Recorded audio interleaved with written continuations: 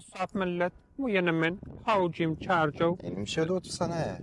aylanmana geldim. Bördü aylanır mıydı? Bördü geziledi. Gel kansın. Bördü babın Targov Centri. Surat olkana hep biraz.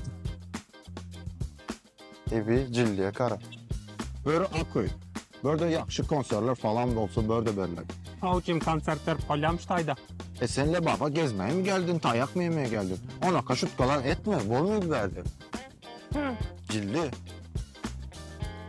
Böyle olsa bakıp köşkü. Düşündürmeye gerek var mı? Doyaydım çekerek mayağım. Şuna karaz gorlar etmesen ya yanı yama ettim ben sana.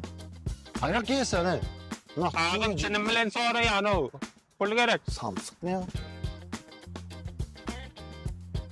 Ne böyle tercüme vize merkezi. Türk'e zaten okula giremen desen şöyle gelebilesen. Ay ne yaptın ay kakras gözler görmem bunları. Hay gel, ilk görelim onu da.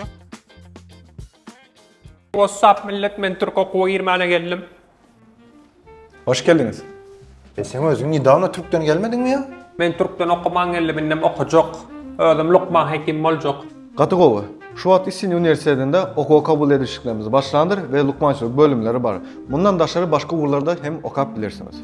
Ve koşmaça sentyabr ayında içinde devam eden hem aksiyamız vardır. Peki. Benim akçası bu. Depozit tölelerinde 60% arzanlanış mümkünçiliğini göretip veriyoruz. Ben abi aydım adamlar oyundan kovduruyor. Ne de oturur dünyadan kovduracak kolanı.